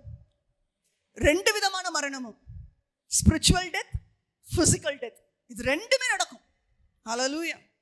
மூன்றாவது, நீ என்னெல்லாம் இச்சிக்கிறியோ அது எல்லாம் உனக்கு கிடைக்கும். ஆனா அனுபவிக்கிற சக்தியை மட்டும் கர்த்தர் கொடுக்க மாட்டார். ஹல்லேலூயா. நீங்க அதனால உங்ககிட்ட இச்சித்து பறித்து கொள்ளுகிறவர்களை பார்த்து பயப்பட வேண்டாம். ஆமென், ஸ்தோத்திரம். நீங்க சந்தோஷமா விட்டுட்டு சொல்லுங்க, எடுத்துட்டு போ ராசா. ஆமென், ஹல்லேலூயா. டாடா, பை, ஹல்லேலூயா. நீ எடுத்துட்டு போ. ஆமென், ஸ்தோத்திரம். நீ இந்த இச்சத்தை பிடிக்கிட்டு போனா அதை நீ அனுபவிக்கவே முடியாது. அல்லேலூயா, அல்லேலூயா சொல்லுங்க. போய் எடுத்துட்டு போற வரைக்கும் நல்லா இருக்கும். வீட்டுக்குள்ள போனோன்னே ஒன்னால அது ரொம்ப கொடுமை இல்ல. ஒருத்தன் கேட்டானா, நான் தொடுறதெல்லாம் பொண்ணா மாறணும்னு சொல்லி. ஆமென். ஒரு சம்பவம் சொன்னாங்க, நான் கேட்கல, சொன்னாங்க, நான் கேட்டேன். ஏதோ ஒரு தேசத்துல ஒருவன் ஃபுல்லா அப்படியே அவன் கவர்மெண்ட்டுக்கே வந்து கடன் கொடுப்பானான். அவன் நிறைய வெள்ளி, பொண்ணு, நல்ல காஸ்ட்லி அந்த ஸ்டோன்ஸ் அதெல்லாம் வீட்டுக்குள்ள ஒரு அறை இருக்குமா அண்டர் கிரவுண்ட்ல. அந்த அறையில போய் அதெல்லாம் எடுத்து பத்திரமா வைப்பானாம். போய் டெய்லி இல்லாட்டா ஒரு டைம் பீரியடுக்கு போய் அதை செக் பண்ணிக்கிட்டே இருப்பானாம். அதுல எல்லாம் கரெக்டா இருக்கா அதை போய் பார்த்து நின்று சந்தோஷப்படுவான்னு நினைக்கிறேன். ஆமென். நான் கட்டின மகா பாபிலோன்ற மாதிரி நான் சேர்த்த வெள்ளி, பொன், ரத்தினங்கள் பாரு அப்படின்னு சொல்லி சந்தோஷப்படுவானான்னு தெரியல. அந்த மாதிரி ஒவ்வொரு டைமும் அந்த உள் அறைக்குள்ள நடந்து போய் அதை பார்த்துக்கிட்டே இருப்பானா. ஒரு முறை அப்படி போகும்போது அது ஒரு பயங்கர சீக்ரெட்டான டோர், அது சீக்ரெட் லாக் இருக்கும். அதை லாக் போட்டு தான் ஓப்பன் பண்ணணும். ஓப்பன் பண்ணி அந்த அறைக்குள்ள போய் அதெல்லாம் பார்த்துக்கிட்டே இருக்கும்போது திடீர்னு உள்ள போயிருக்கிறான். டோர் லாக் ஆயிடுச்சு. டோர் லாக் ஆனோடனே ஏதோ அவனுக்கு அதை உள்ள இருந்து திறக்க முடியாதா இல்லை உள்ள இருக்க பாஸ்வேர்டு மறந்துட்டானான்னு தெரியல. உள்ள இருந்து அவனால வெளியில போக முடியல. அலறுகிறான், கத்துறான், கூச்சலிடுகிறான். அந்த குடும்பத்தினுடைய வழக்கம் அடிக்கடி டூருக்கு போயிடுவாங்க. எல்லாம் சேர்ந்து டூருக்கு போறதுனால சரி, எல்லாம் அந்த வீட்டில் இருக்க வேலைக்காரவங்க எல்லாம் நினைச்சிருக்காங்க, சரி எங்க ஐயாவும் என்ன பண்ணியிருக்காரு, டூருக்கு போயிருக்காங்க. ஃபேமிலி மெம்பர்ஸ்லாம் டூருக்கு போயிட்டு இருக்காங்க. உள்ள இருந்து கத்தி இருக்கிறான், கதறி இருக்கிறான். ஒரு சவுண்ட் கிடையாது, ஒரு சத்தம் ஒருவரும் கேட்பதற்கு இல்லை. அவனுக்கு என்ன பண்றதுனே தெரியல. அவன் தன் கையை கிழித்து அந்த ரத்தத்தை எடுத்து அந்த கதவினுடைய வாசல்ல எழுதினானாம், எல்லாம் இருக்கு, வெள்ளி பொண்ணு எல்லாம் இருக்கு, ஆனா சாப்பாடு இல்லை, பசினால நான் சாவுறேன்னு அந்த ரூம்குள்ளேயே மரித்து போனானாம். நான் சொல்றேன், இச்சித்து சேர்த்து கொள்ற காரியங்களை அனுபவிக்க முடியாமல் அந்த இச்சைக்கு அந்த தன்மை உண்டு. நீ இச்சித்து பெற்றுக்கொள்ளுகிற காரியத்தை அவன் ஸ்தோத்திரம், அந்த காடையை அவங்க சாப்பிடும் போது அட்லீஸ்ட் அவன் நம்மளா இருந்தா கட்டாயமா சரி நம்ம இப்படி தப்பு பண்ணிட்டோம்ப்பா, ஆண்டருக்கு விரோதமா இப்படிலாம் முறுமுறுத்துட்டோமே, அந்த காடையை கொண்டு வந்து போட்டு நான் வேணாம் ஆண்டவரே அப்படின்னு சொல்லியிருப்போம் நம்மலாம். ஆமென், ஹல்லேலூயா. ஏன்னா பாஸ்டர் ஆண்டிலாம் அப்படிதான் மெசேஜ் கொடுக்குறாங்க. நம்ம சொல்லியிருப்போம், என்னடா நம்ம தப்பு பண்ணிட்டோம் ஆண்டவரே, ரிக்ரெட் பண்ணியிருப்போம், ஆண்டவரே தெரியாம இப்படி முறுமுறுத்துட்டேன், எகிப்தை போய் ரொம்ப பெருசா பேசிட்டேனே, நீ கொண்டு போகிற தேசம் என்ன அப்படி சொல்லி ஒரு அழுதுட்டு அப்புறம் நைஸா காடையை எடுத்து சமைச்சு சாப்பிட்டுருப்போம் நம்ம. ஆனா அவனுக்கு அந்த உணர்வே இல்லை, சாப்பிட்டான். ஆமென், ஸ்தோத்திரம். அது அப்படியே அந்த தகற்ற அளவுக்கு, அவங்க அப்படியே இதுவாகிற அளவுக்கு அந்த காரியங்கள் மாறி போனது. ஆமென், ஹல்லேலூயா. அந்த வசனம், அந்த வார்த்தை இருந்தா வாசிங்க 20 வாசிங்க. ஒரு மாதம் வரைக்கும் புசிப்பீர்கள், அது உங்கள் மூக்காலை புறப்பட்டு உங்களுக்கு தெவிட்டு போக மட்டும் புசிப்பீர்கள். உங்களுக்குள்ளே இருக்கிற கத்தரை அசட்டை பண்ணி நாங்கள் ஏன் எகிப்திலிருந்து புறப்பட்டோம் என்று. இந்த இச்சை வந்து தேவன் அசட்டை பண்ணும்பா. தேவன் அது எப்படி, அது அழகா போட்டிருக்க பாருங்க. அது எப்படி எப்படி எப்படி வருமா, ஒரு மாசம் வரைக்கும் புசிப்பீங்க, வேற ஆப்ஷனே கிடையாது, புசிச்சு தான் ஆகணும். ஹல்லேலூயா. மன்னா கிடையாதுயா. அதை நீ அற்பமா பேசினல, தேவ சமூகத்தை தேவ வார்த்தையை அசட்டை பண்ணல, தேவன் அசட்டை பண்ணல, உனக்கு மன்னா கிடையாது, உனக்கு வழியே கிடையாது. நீ இச்சித்து புலம்பி அழுத அந்த காரியத்தை ஒரு மாசம் நீ சாப்பிட்டே ஆகணும். ஆமென், ஸ்தோத்திரம். அது எப்படி இருக்குமா, உங்க மூக்குல புறப்படுமா. ஐயோ கொடுமடா சாமி, அது நம்மளோட மூக்குல புறப்படுமா. ஆமென். அதுக்கப்புறம் போட்டிருக்கு, உங்களுக்கு தெவிட்டி போகும் அளவுக்கு புசிப்பீங்க. ஐயோ எனக்கு வேணாண்டா, தயவு செய்து எடுத்துட்டு போயிடுங்க. சில பேர் இந்த பிரியாணின்னு வாங்க பாருங்க, ஆமென். அவங்களுக்கு காலையில மத்தியானம் ஒரு ராத்திரி அப்படி கொடுத்து பாருங்களேன். ஒரு 10 நாள் கொடுங்களேன். 10 நாள் கூட கும்பிடு போட்டுருவாங்க. இதுக்கப்புறம் எனக்கு பிரியாணி வேண்டாயா. ஆண்டர் அதுதான் ஃபாலோ பண்ண, அந்த டெக்னிக்கை ஃபாலோ பண்ண. சாப்பிடு சாப்பிடு. என்னை அசட்டு பண்ணல. என்னுடைய பிரசன்னத்தை, இச்சிக்கப்பட வேண்டிய தேசத்தை அசட்டு பண்ணிட்டு அமீன் எகிப்தை பெருசா பேசுறல. என்னுடைய அன்பை அசட்டு பண்ணிட்டு அழிந்து போகிற ரொம்ப அற்பமான கேவலமான மனுஷனுடைய சோ கால்ட் லவ், நான் தான் சொல்ல சோ கால்ட் லவ், அது அன்பே கிடையாது. அதை பெருசா யோசிக்கிறல்ல, அதற்கு மணிக்கணக்கா நேரம் செலவு பண்றல. அவை ஸ்தோத்திரம். என்கிட்ட ஒரு 5-10 நிமிஷம் பேசு, 1 மணி நேரம் ஜோ பண்ணா உன்னால முடியல. ஆனா போன்ல மணிக்கணக்கா உன்னால நேரம் செலவு பண்ண முடியுதுல. அது செவிட்டி போகும். நீ ஐயோ சலிச்சு போவ. நீ வேணாம் வேணான்னு கையெடுத்து கும்பிடுவ. ஆனா வேற வழி இல்லை, அதுதான் உனக்கு இருக்கும். கடைசியில் அது பல்லுல இருக்கும் போதே அவன் செத்து போயிட்டான். சாப்பிட்டே செத்து போனாங்க. அவன் அதை சாப்பிட்டு அவனுக்கு வியாதி வந்துச்சு, கொலஸ்ட்ரால் ஏதாவது வந்திருக்கும். சும்மா அப்படி அப்படிலாம் இல்லை. ஆண்டர் எதை செஞ்சாலுமே அப்படி இந்த வழியை தான் செய்வார். அப்போ அவனுக்கு அது 1 மந்த்தா ஒரே அந்த காடையை சாப்பிட்டு சாப்பிட்டு என்ன இருக்கும், கொலஸ்ட்ரால் ஏதாவது ஹையாக இருக்கும், ப்ரெஷரு, சுகரு. ஆமென் சொல்லுங்க. ஆமென் ஸ்தோத்திரம். இந்த இச்சை, மாம்சத்தினுடைய இச்சை, மாம்சத்தினுடைய ஆசையினுடைய டேஞ்சரஸ் திங். நீ அது கேட்டா உனக்கு வந்துடும். ஹல்லேலூயா. 4வது பாயிண்ட், பண ஆசை எல்லா தீமைக்கும் என்ன எப்படி இருக்குது, வேறா இருக்கு.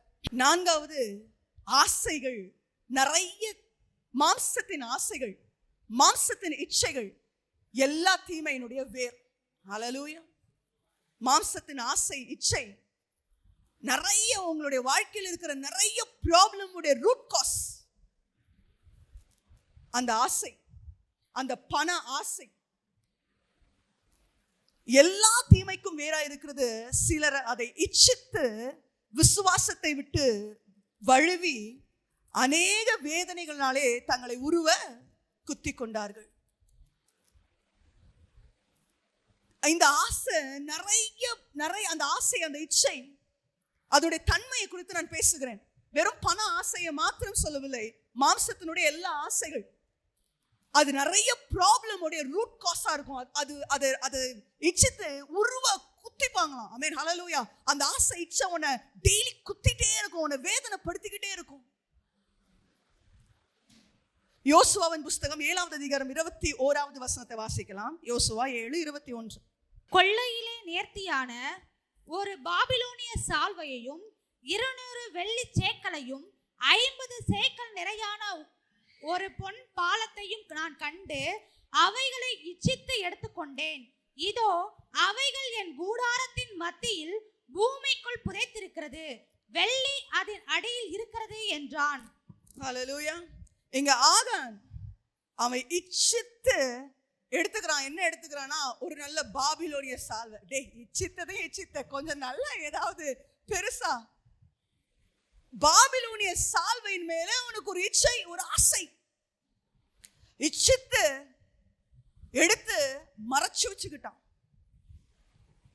மறைச்சு வச்சான்.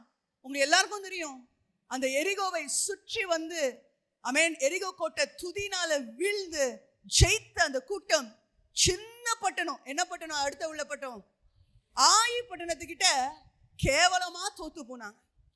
ஆமென் ஹல்லேலூயா. இந்த இச்சை, இந்த ஆசை உன்னை உருவி குத்தி கொள்ள செய்யும்.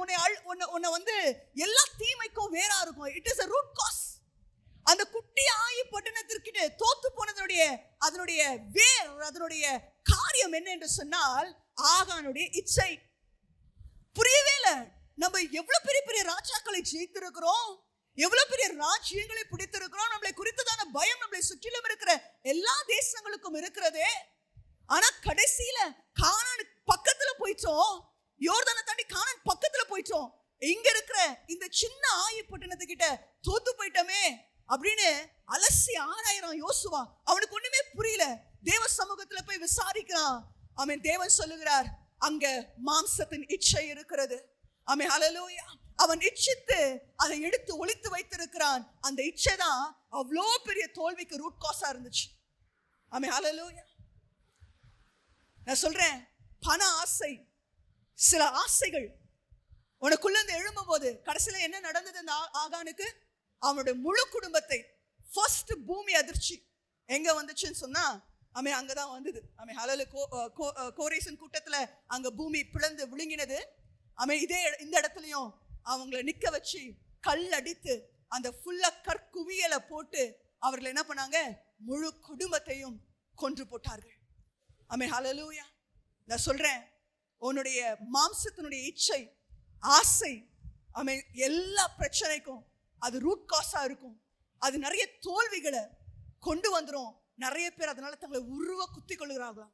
யூதாஸ் தேவனோடு கூட, இயேசுவோடு கூட மகிமையான ஒரு ஸ்தானம், ஹல்லேலூயா, ரொம்ப அழகான ஒரு பிளேஸ், பொசிஷனை யூதாஸ்க்கு கர்த்தர் கொடுத்திருந்தார். நான் சொல்லுவேன், இல்ல அப்படின்றதுனால யூதாஸ் அதை இச்சிக்கல. நிறைய பேர் சொல்லுவாங்க பணம் இல்லாததுனால அவங்களுக்கு பணம் மேல ஆசை. அப்படி கிடையாது. யூதாஸ் கையில தான் பணம் இருந்துச்சு. ஏதோ பேதுரு ஆசைப்பட்டிருந்தா கூட பரவாயில்ல, டே நம்ம அந்த பணப்பையை தொட்டதே இல்லடா அப்படின்னு. ஆனா யூதாஸ் தான் அந்த பணப்பையை வைத்திருந்தான். அவன் தான் கணக்கு வழக்கெல்லாம் பார்த்தான். ஆனா அவனுக்கு தான் பணம் ஆசை வந்துச்சு. ஹல்லேலூயா. கடைசியில அந்த ஆசைனாலே அந்த ஆசை அவனை உருவ குத்தி கொண்டு நாண்டு குடல் சரிந்து சாகும்படி செய்தது. ரொம்ப கேர்ஃபுல்லா இருக்கணும், ரொம்ப கேர்ஃபுல்லா இருக்கணும். இதெல்லாம் இச்சை ஆசையினுடைய தன்மைகள். அதுக்கு இந்த கேரக்டர்ஸ்லாம் இருக்கு. இதெல்லாம் அந்த ஆசை, இச்சை இதெல்லாம் செய்யும். அது உன்னை உருவி குத்தி கொள்ள செய்யும். அது எல்லா பிரச்சனையுடைய வேறா இருக்கும். அது பண ஆசை. ஸ்தோத்திரம். கடைசியில இந்த ஆகான் அந்த முழு குடும்பம், அவனுடைய சந்ததியே முடிஞ்சிருச்சுங்க. அதுக்கப்புறம் ஆகானுக்கு புள்ள பிறந்து அவனுடைய ஜீனியாலஜியே ஸ்தோத்திரம் அந்த இடத்துல இல்லாமல் அழிந்து போயிடுச்சு. அவனுடைய வம்சமே இல்லை. கர்த்தர் சில இடங்கள்ல சில பிள்ளைகளை விடுவாங்க, இந்த முழு குடும்பத்தையும் வச்சு கொன்னுட்டாங்க. ஹல்லேலூயா. இன்னைக்கு சில இடங்கள்ல உனக்குள்ள வந்த சில இச்சையினாலே, சில ஆசையினாலே உன்னுடைய சந்ததி முடிகிறது. சில காரியங்கள் சில ஆசீர்வாதங்கள் முடிகிறது. சில நன்மைகளுக்குள்ள, உயர்வுகளுக்குள்ள உன்னால போக முடியல. ஒரு அவலட்சணமான நிலைமை என்னவென்று சொன்னால், தங்களுடைய சுய ஆசை இச்சைகளை வச்சுக்கிட்டு இது தேவனுடைய நாமத்தின் மகிமைக்காக நாங்க என்ன பண்றோமா செய்யறோமா? ஹல்லேலூயா. பொய்யினால, ஜிடிஎல்எம் சர்ச்சுக்கு நான் சொல்ல விரும்புகிற ஒரு காரியம், பொய்யினாலே தேவனுடைய நாமத்தை நாம் மகிமைப்படுத்த கூடாது. எல்லாம் சொல்லுங்க, பொய்யினால தேவ நாமத்தை நான் மகிமைப்படுத்த மாட்டேன். சொல்லுங்க, பொய்யினாலே நான் தேவ நாமத்தை மகிமைப்படுத்த மாட்டேன். அதுக்கு பேர் அப்படி படுத்தவே கூடாது. அது பேர் மகிமையே கிடையாது.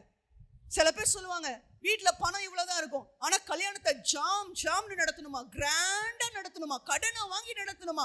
ஏன்னா வரவங்க எல்லாம் சொல்லணுமா, ஆண்டவர் இவர்கள் எப்படி வைத்திருக்கிறார், ஆசீர்வாதமாய் வைத்திருக்கிறார் என்று தேவனுடைய நாமத்தை அவங்க என்ன பண்ணணுமா. நான் கேட்கறதுல தேவனுடைய நாம மகிமைப்படும் நினைக்கிறீங்க?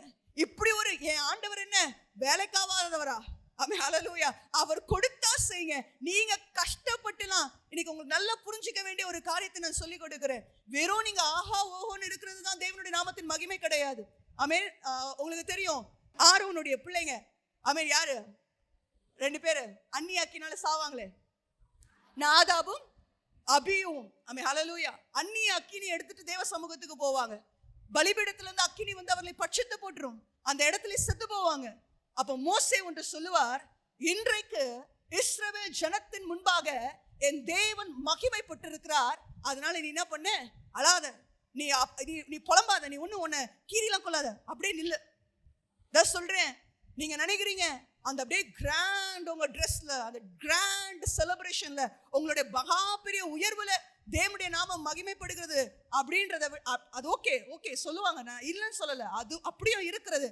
ஆனால் ஸ்தோத்திரம், அப்படித்தான் இல்ல. சில சமயம் நீங்க சிம்பிளா நடத்தியும் அதுலயும் ஜனம் தேவனுடைய மகிமையை பார்ப்பதற்கு, நீங்க தேவனுடைய நாமத்துல மகிமைப்படுத்த, அதை படுத்துவதற்கு ஸ்தோத்திரம் நீங்க ஏதோ முயற்சி பிரயாசங்கள் எடுக்க வேண்டாம். அல்லேலூயா சொல்லுங்க பார்க்கலாம். இதுதான் பொய்யினால தேவனுடைய நாமத்தை மகிமைப்படுத்தாதீங்க. அப்படி தேவனுடைய நாம மகிமைப்பட போகிறதே கிடையாது. நான் சொல்லுகிறேன், வேணா அந்த கல்யாணத்துல வந்து 2 பேர் சொல்லிட்டு போலாம், அதுக்கப்புறம் வாழ்க்கை ஃபுல்லா தேவனுடைய நாமம் உங்களால் தூஷிக்கப்படும். அல்லேலூயா. சிரிச்சிட்டே எல்லாரும் அல்லேலூயா சொல்லுங்க. நமக்கு என்ன இருக்குதோ, நமக்கு கர்த்தர் எதை கொடுத்திருக்கிறாரோ அதை வச்சு செஞ்சா போதும். அதுக்கு மேல மிஞ்சின ஆசைகள் இச்சைகள் நமக்கு தேவை இல்லை. அது இன்னொருத்தனுக்கு கொடுத்திருக்கிறாரா, ஓகே, வெரி குட், மூஞ்ச தூக்கிக்காதீங்க, சூப்பர் சிஸ்டர், வெரி குட், ஹalleluya அப்படின்னு சொல்லிட்டு சிரிச்சுட்டு 2 வாழ்த்துதலை சொல்லிட்டு வாங்க. நமக்கு இருக்கிறது போதும் போதும் என்ற மனதோடைய கூடிய தேவ பக்தியே அது இட்ஸ் மோர் ப்ராஃபிட்டபிள். ரொம்ப ரொம்ப ஆதாயங்க அது. நமக்கு கர்த்தர் எதை கொடுத்திருக்கிறாரோ அதை வைத்து நீங்கள் செய்வது நிலைக்கும், உறுதிப்படும். அவை சந்ததிகள் தாண்டி அவைகள் கடந்து செல்லும். பொய்யினால தேவனுடைய நாமத்தை மகிமைப்படுத்த நினைக்காதீங்க. உங்க ஆசை இச்சைகளை மேனிபுலேட் பண்ணாதீங்க. நான் ஆண்டவருக்காக செய்றேன், இது ஆண்டவர் சொன்னார், ஆண்டவர் செய்தார், தரிசனம் கொடுத்தார், வார்த்தை கொடுத்தார். Don't manipulate. அது மிகுந்த ஆபத்து. அது முடிஞ்சிடும், அது நிலைக்காது. அதனால நிறைய வேதனைகள் வரும். ஒரு குடும்பத்துல ஒரு நபர் மாம்ச ஆசை இச்சைகளோடு இருப்பார் என்று சொன்னால் முழு குடும்பமும் வேதனைப்படும். தயவு செய்து, நிறைய வசனங்கள் இருக்கிறது, போஜனத்தை இச்சிக்க கூடாதான். நமக்கு என்ன கர்த்தர் கொடுத்திருக்கிறாரோ அதை ஸ்தோத்திரம் பண்ணி சாப்பிடுறதுக்கு தெரியணும். அப்படி தெரிஞ்சா உங்க சரீரத்துல வியாதி வராது. நான் சொல்றேன், நீங்க கறி மீன் சாப்பிடக்கூடாதுன்னு நான் சொல்ல வரல, நல்லா புரிஞ்சுக்கோங்க, அதை நான் சொல்ல வரல. ஆனா கர்த்தர் உங்களுக்கு கொடுக்கலையா, நம்ம ரெஸ்டாரண்ட் போகும்போது குட்டி பிள்ளைங்களை கூட்டிட்டு போனாங்கன்னா அம்மா அப்பா சொல்லுவாங்க, அந்த பிள்ளைங்க வந்து ரெஸ்டாரண்ட் குள்ள நுழையும் போது அப்படியே எல்லாருடைய டேபிளை பார்த்துட்டே போவாங்க. பார்த்துருக்கீங்களா? இப்ப குட்டி பிள்ளைங்களை நம்மளே அப்படிதான் போறோம், ஏன்னா நமக்கு மெனு தெரிய மாட்டேங்குது. ஆனா நம்மளுடைய பாரம்பரிய வழக்கங்கள் எல்லாம் மற்றவங்க சாப்பிடும் போது என்ன பண்ணவே கூடாது, என்னங்க சொல்லுங்க, பார்க்கவே டீசன்சி அப்படின்னும். அது இந்த டீசன்சி பைபிள்ல சொல்லியிருக்கு. அவனுடைய ஆகாரத்தை இச்சிக்காத, அதை பார்க்காத. டேபிள் ஃபுல்லா சாப்பாடு வச்சிருக்கான், இத்தனை நிமிஷத்துல சாப்பிடணும், அப்படியே சாப்பிடுறான். வசனம் சொல்லுது, தெளிவாய் சொல்லுது, அப்படிப்பட்டவனுடைய ஆகாரத்தை இச்சிக்காத, அதை பார்க்காத. எனக்கும் இந்த மாதிரி சாப்பிடணும்னு ஆசை. அல்லேலூயா. கேட்டிருக்கீங்களா அப்படி ஸ்டேட்மெண்ட்? எனக்கு கூட, நான் கூட பேசாம ஃபுட் பிளாகரா போயிடலான்னு ஆசைப்படுறேன். ஜாலியா அப்படியே ஹோட்டலா சாப்பிட்டு அதுலயே காசு. ஆமா, மாம்சத்தின் இச்சையிலோட அது காரியத்தோட காசு வரும், சுகம் வரும். சுகம்னா பிளஷர்ஸ் சொல்றேன் நான், இந்த சரீர சுகம் அல்ல. நல்ல உனக்கு கிடைக்கும், அழிஞ்சிருவ, மரணம் வரும், அது கூட மரணம் வரும், அது கூட கேடு உண்டாகும், அது கூட அது கொடுத்துட்டு அனுபவிக்கிற சக்தி போயிடும். ரொம்ப ஜாக்கிரதையா இருக்கணும், ரொம்ப ஜாக்கிரதையா இருக்கணும். செக் பண்ணுங்க, என்ன ஆசைப்படுற? Does it worth you? அது உனக்கு தகுதியா? அந்த ஆசை உனக்கு தகுதியா? ஆசையா இருக்கு, ஆசையா இருக்கு, ஆசையா இருக்கு, ஆசையா இருக்கு. டெய்லி அதை நான் ஆசைப்படுறேன் சொல்லுவாங்க, ஆசைப்படுறேன். சில பேருக்கு ஆசை ஐஸ்வர்யா ராய் மாதிரி ஆகணும்னு ஆசை, சில பேருக்கு அம்பானி ஆகணும்னு ஆசை. அது நான் பணமே வேணாங்க, பணத்தை அப்படியே வெறுத்துருங்க அப்படி சொல்லல. அந்த ஆசை, அந்த நான் உயரணுங்க, நல்ல ஆசை தான், அது தப்பான ஆசை கிடையாது. நான் சம்பாதிக்கணும், நல்ல ஒரு பொசிஷனுக்கு போகணும், ஆமென் ஸ்தோத்திரம், 4 பேருக்கு நான் கொடுக்குற மாதிரி இருக்கணும், நல்ல ஆசை. ஆனால் அந்த ஆசை எதனுடைய தூண்டுதனாலே உனக்கு வந்து இருக்கிறது? அதுதான் கேள்வி இங்க. நீ கிறிஸ்துவனுடையவளா இருப்பாய் என்று சொன்னால் மாம்சத்துல வருகிற ஆசை இச்சைகளை உன்னால கண்டுபிடிக்க முடியும். அதை நீ சிலுவையில அறைவ. அதனால நாங்க வந்து பிச்சைக்காரங்களா இருக்கணும்னு ஆசைப்படுறோம் அப்படி நான் சொல்ல வரல. கர்த்தர் உனக்கு ஒரு திட்டத்தை கொடுப்பார். வசனம் வாசிக்கலாம், பிலிப்பியரின் புஸ்தகம் 2வது அதிகாரம் 13வது வசனத்தை வாசிக்கலாம். 2:13. ஏனெனில் தேவனே தம்முடைய தயவுள்ள சித்தத்தின்படி விருப்பத்தையும் செய்கையையும் உங்களில் உண்டாக்குகிறவராய் இருக்கிறார். சோ அவர் சித்தம் அப்படின்னு சொன்னாலே என்னது? சித்தம்னா என்ன சொல்லுங்க பாப்போம்? தேவனுடைய வில்லுனா என்ன? சித்தம்னா என்ன? தேவனுடைய விருப்பம், தேவனுடைய ஆசை, தேவனுடைய விருப்பம். அப்ப தேவனுக்கே விருப்பம் இருக்கிறது, அவர் என்னை படைத்திருக்கிறார், சோ எனக்கும் விருப்பம் இருக்கும். ஆனால் என்னுடைய விருப்பம் எப்படிப்பட்டதா இருக்க வேண்டும் என்று சொன்னால், அவருடைய தயவுள்ள சித்தத்தின்படி விருப்பத்தையும் செய்கையையும் எங்களுக்குள்ள அவர் உண்டாக்க வேண்டும். அவர் கொடுக்கிற விருப்பம் என் விருப்பமாய் மாற வேண்டும். ஹல்லேலூயா. சத்தமா ஒரு ஹல்லேலூயா சொல்லுங்க. அவர் உனக்கு விருப்பம் இருக்கணும், உனக்கு ஆசைகள் இருக்கணும், உனக்கு சில வாஞ்சைகள் இருக்கணும், சில ஏக்கங்கள் இருக்கணும், உனக்கு சில மோகங்களும் இருக்க வேண்டும். ஆனால் அவை எல்லாம் தேவனுடைய சித்தத்தின்படி உனக்குள்ள உண்டானவைகளா இருக்க வேண்டும். ஹல்லேலூயா. இன்னைக்கு இச்சையே இருக்கக்கூடாது, ஆசையே இருக்கக்கூடாதுன்னா நீ வாழவே முடியாது. உங்க வீட்டுல உங்க சாடிஸ்ட்னு பார்சல் பண்ணி தூக்கி போட்டுருவாங்க. இது சாடிஸ்ட்ங்க, நீ தயவுசெய்து சன்னியாசியா போ அப்படின்னு அனுப்பிடுவாங்க. நீ தயவுசெய்து வர அது ஆனா நல்லா புரிஞ்சுக்கணும். அப்ப சம்பாதிக்கணும்னு ஆசை இருக்கக்கூடாதா சிஸ்டர்? அப்ப நல்ல உயர்வேனா ஆசைப்படக்கூடாதா? அந்த ஆசை எப்படி வந்தது? அதோடைய ரூட் காஸ், அதோட சோர்ஸ் என்ன? அந்த விருப்பம் உன் இருதயத்துக்குள்ள உண்டாவதற்கு காரணம் யார்? காரணம் என்ன? உனக்கு வந்த அவமானங்களும் நிந்தைகளும் அந்த ஆசையை உனக்குள்ள உண்டாக்கிற்றா? இல்லாவிட்டால் சில மனுஷனை பார்த்து நீ அட்ராக்ட் ஆகி அந்த ஆசை உனக்குள்ள வந்துச்சா? அந்த ஆசை எப்படி உனக்குள்ள வந்தது? இச்சைனாலே அந்த காரியங்கள் வரும் என்று சொன்னால் அது பாவம், அது வாசப்படியிலிருந்து உனக்கு கடைசி வரைக்கும் போராடுங்க. அதனால யோசிங்க. அதுல நம்ம அப்படியே அதுல கொஞ்சம் அட்ஜஸ்ட் பண்ணி டிங்கரிங் பட்டிலாம் பார்த்து பேசுவோம். ஆண்டவருக்காக தான் சிஸ்டர், நானு ஆண்டவருக்காக தான். ஆண்டவருக்காக ஆண்டவர் சொல்லியா? ஆண்டவருக்காக தான். ஆண்டவர் சொன்னாரா? அந்த விருப்பத்தை கர்த்தர் உன் இருதயத்துல வைத்தாரா? அந்த ஆசையை கர்த்தர் பரிசுத்த ஆவியானவர் தேவனுடைய வாக்கியங்களினாலே அந்த ஆசை உன் உள்ளத்துல வந்ததா? அப்படி இருந்தது என்று சொன்னால் அதை நிறைவேற்ற, அதை அனுபவிக்க, அதை மேன்மைப்படுத்த, அதை அடைய பரலோகமே உனக்கு உதவி செய்யும். நீ ஒண்ணுமே பண்ண வேண்டாம். உங்களுக்கு நான் சொல்றேன், உங்களுக்கு ஒரு காரியத்தை சொல்றேன். நான் கண்டுபிடிப்பதற்கு அது பரிசுத்த ஆவியானவரால உண்டான ஆசையா இருந்தா நீங்க கையை கட்டிட்டு அப்படி நிப்பீங்க, தைரியமா இருப்பீங்க, அசையவே மாட்டீங்க. ஏன்னா உலகமே அதற்கு எதிர்த்து வந்தாலும் என் தேவன் அதை என் கரத்துல கொண்டு வந்து கொடுப்பதற்கு போதுமானவராய் இருக்கிறார். நீ பதற மாட்ட, நீ ஓட மாட்ட. அழகா ஒரு வசனம் இருக்கிறது, ஆசையானது அலைந்து தேடுகிறதை பார்க்கிலும் கண் கண்டதே நலம். ஆசை, இந்த மாம்சத்தின் ஆசை, இச்சையினுடைய ஒரு தன்மை அலைஞ்சு தேடும், அலைஞ்சு தேடும், பதைக்கும், பதறும், அப்படியே சொன்ன மாதிரி சிக்காக்கும், புலம்ப வைக்கும், அளவைக்கும், போராடுவேன். ஈசாக்க பலியிடுன்னு ஆபிரகாமிடம் சொல்லும் போது ஆபிரகாம் ஒரு வார்த்தை கூட சொல்லல, அழகா கூட்டிட்டு போனாரு, வெட்டுறதுக்கு கையை ஓங்கிட்டார்.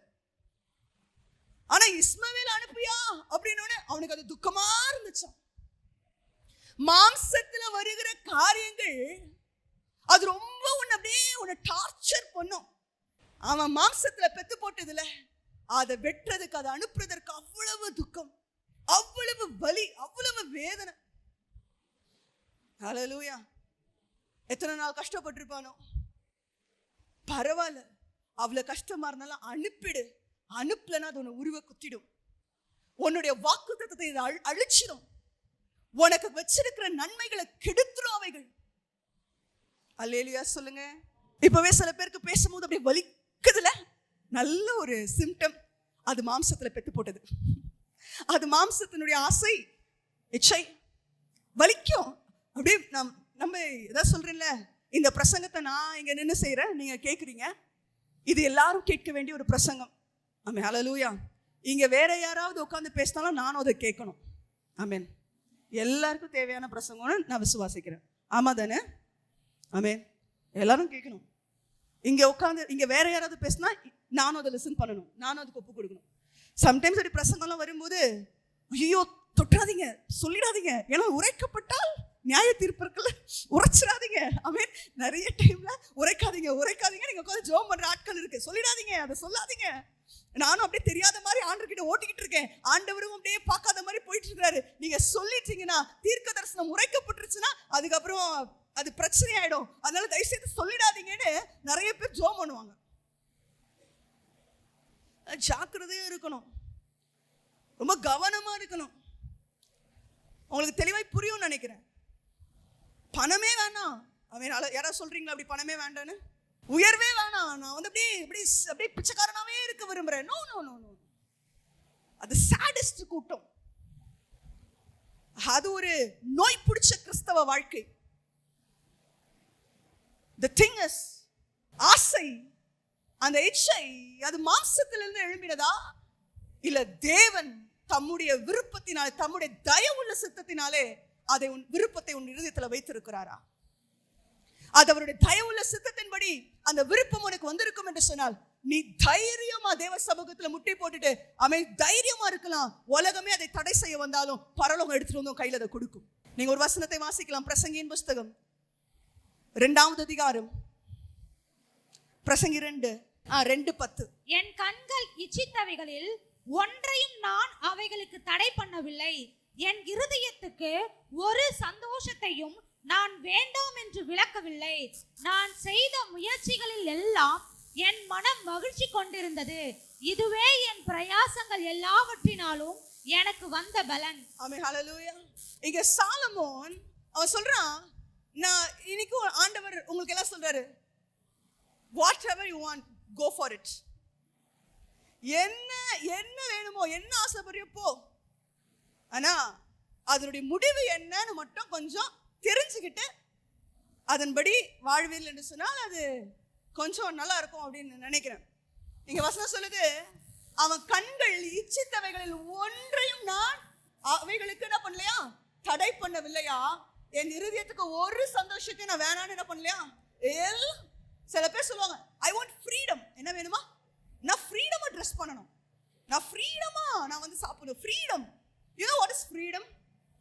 ஃப்ரீடம்னா என்னன்னு தெரியுமா? முதல்ல ஃப்ரீடமா நீங்க 10 வாட்டி செய்வீங்க. வெறும் எஸ் சொல்றது மட்டும் ஃப்ரீடம் இல்ல. ஃப்ரீடம் அப்சஷனுக்குள்ள கொண்டு போயிடும். நான் ஃப்ரீடமா சிகரெட் பிடிப்பேன், ஃப்ரீடமா ஹார்ன்ஸ் போடுவேன், ஃப்ரீடமா தண்ணி அடிப்பேன், யாரும் என்ன பண்ணக்கூடாது, கேட்க கூடாது அப்படின்னு சொன்னா, அந்த ஃப்ரீடமா நீ போற அந்த காரியம் கொஞ்ச நாள் கழிச்சு என்ன ஆயிடும்னா உன்னை அப்சஸ் ஆகிடும். உனக்கு உன்னால அதுக்கு நோ சொல்ல முடியாது, உன்னால அதை வேண்டாம்னு சொல்ல முடியாது. ஹல்லேலூயா. ரொம்ப கவனமா இருங்க. உங்களுக்கு என்னெல்லாம் சந்தோஷமா இருக்க எல்லாத்தையும் நீ பண்ணலாம், எல்லாத்தையும் நீ அனுபவிக்கலாம். ஆனா கொஞ்ச நாள் நீ எதை ஃப்ரீடம்னு சொல்லி போறியோ அதுவே உன்னை அடிமையாக்கி விடும், அதுவே உன்னை ஆளுகை செய்ய ஆரம்பிச்சிடும், அதுவே உன்னை கட்டுப்படுத்த ஆரம்பிச்சிடும். அதுக்கப்புறம் நீ என்னதான் கூப்பாடு போட்டாலும் உன்னால அதுல இருந்து வெளியில வர முடியாது.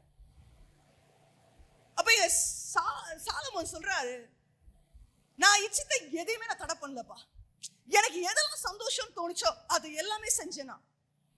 ஆனா கடைசியில் என்னாச்சு தெரியுமா? 1 ராஜாக்களின் 11வது அதிகாரம் 1-2 வசனங்களை வாசிக்கலாம். 1 ராஜாக்கள் 11:1-2. ராஜாவாகிய சாலமோன் பார்வோனின் குமாரத்தியை நேசித்ததும் அல்லாமல் மோவாபியரும் அம்மோனியரும் ஏதோமியரும் சீதோனியரும் ஏத்தியருமாகிய அந்நிய ஜாதியாரான அநேக ஸ்திரீகள் மேலும் ஆசை வைத்தான். கர்த்தர் இஸ்ரவேல் புத்திரரை நோக்கி, நீங்கள் அவர்கள் அண்டைக்கும் அவர்கள் உங்கள் அண்டைக்கும் பிரவேசிக்கலாகாது, அவர்கள் நிச்சயமாய் தங்கள் தேவர்களை பின்பற்றும்படி உங்கள் இருதயத்தை சாய பண்ணுவார்கள் என்று சொல்லி இருந்தார். சாலமோன் அவர்கள் மேல் ஆசை வைத்து அவர்களோடு ஐக்கியமாய் இருந்தான். ஆமென். உங்க எல்லாருக்கும் தெரியும், இவன் எதுக்குமே நோ சொல்லல. சந்தோஷமா இருக்குதா, ஜாலியா இருக்கா, இப்ப ஃப்ரெண்ட்ஸ் கூட போய் ஆடுறது ஜாலியா இருக்குதா, குத்தடிக்கிறது ஜாலியா இருக்கா, நோவே சொல்லல, ஜாலியா இருக்குல்ல. ஆமென், ஹல்லேலூயா. ஓகே, சாலமோன் அதே பண்ணாரு. இத்தனைக்கும் அபிஷேகம் பண்ணப்பட்டவன். அதான் நான் சொன்னேன், எல்லாருக்கும் இந்த வார்த்தை தேவை. ஆமென். ராஜாக்களுக்கு தேவை, அபிஷேகம் பண்ணப்பட்ட ஆசாரியர்களுக்கு தேவை, ஆமென், ஸ்தோத்திரம், ஊழியக்காரங்களுக்கு தேவை, சின்ன பிள்ளைங்களுக்கு தேவை, எல்லாருக்கும் தேவை. ஆமென். ஏன்னா இந்த உலகம் இந்த ஆசை இச்சைகளினால கட்டப்பட்டு இருக்கு. இந்த உலகத்துல இருக்கிற எல்லா தீமைக்கும் அதுதான் வேறா இருக்கிறது. எதுனா மாம்சத்தினுடைய ஆசை இச்சைகள். ஹல்லேலூயா. அப்போ இவன் எதுவுமே விடல. சோ அவன் நோனே சொல்லாதனால அவருக்கு 300 வைஃப், 700 கான்குபைன்ஸ், ஆமென், மறுமனையாட்டிகள். ஏன்னா இவர் தான் நோவே சொல்ல மாட்டாரு, ரொம்ப ஃப்ரீடமா இருக்கிறாரு. ஆமென். கடைசியில் என்ன ஆச்சு தெரியுமா? தேவன் முகமுகமாய் பேசி கனத்தையும் ஞானத்தையும் ஐஸ்வர்யத்தையும் கொடுத்த அவனுடைய ராஜ்ய பாரம் பிடுங்கப்பட்டு அவனுடைய வேலைக்காரனாகிய யெரொபெயாமுக்கு அவனுடைய கோத்திரங்கள் 12 கோத்திரங்களிலே 11 கோத்திரத்தை அவன் இழக்க வேண்டியதா இருந்தது. யெரொபெயாம் இடத்துல உன்னுடைய ஆசை, உன்னுடைய இச்சை, உன்னுடைய காரியத்தை மகிமையாய் பெற்றுக்கொண்ட நிறைய காரியத்தை உன் வேலைக்காரன் கிட்ட நீ இழக்க வேண்டியதா இருக்கும். கடைசியில் இந்த சாலமோன் கர்த்தர் அவனை சமாதானமாய் வாழ பண்ணினார். அவன் எல்லாம் சமாதானம் இருந்தது. அதனாலதான் அவன் தேவாலயத்தை கட்ட முடிந்தது. கடைசியில இந்த யெரொபெயாம் எப்படி சவுல் தாவீதை விரட்டி துரத்தினானோ அதே போல் சாலமோன் யெரொபெயாமை கொலை செய்வதற்கு வகை தேடினான். சாலமோன் மரிக்கும் காலம் வரையும் யெரொபெயாம் எகிப்துல போய் ஒளிந்து கொண்டிருந்தான். நான் சொல்றேன், நீ ஆசைப்படுறதெல்லாம் உனக்கு சந்தோஷமா இருக்கு, உனக்கு கொஞ்சம் ஜாலியா இருக்கு, ஒரு கிளுகிளுப்பு கிடைக்குதுன்னு நீங்க போவீர்கள் என்று சொன்னால் உன்னுடைய ஆசை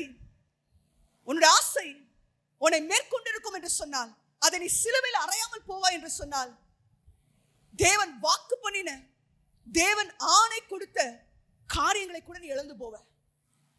ஆண்டவருடைய ப்ராமிஸ் இந்த ராஜ்யபாரம் நிலைக்கும், சிங்காசனத்தை தாவீதை விட்டு விலக்க மாட்டேன்னு சொன்னார். அதனால அப்படியெல்லாம் இருந்துட முடியல. கடைசியில 11 கோத்திரம் போனது.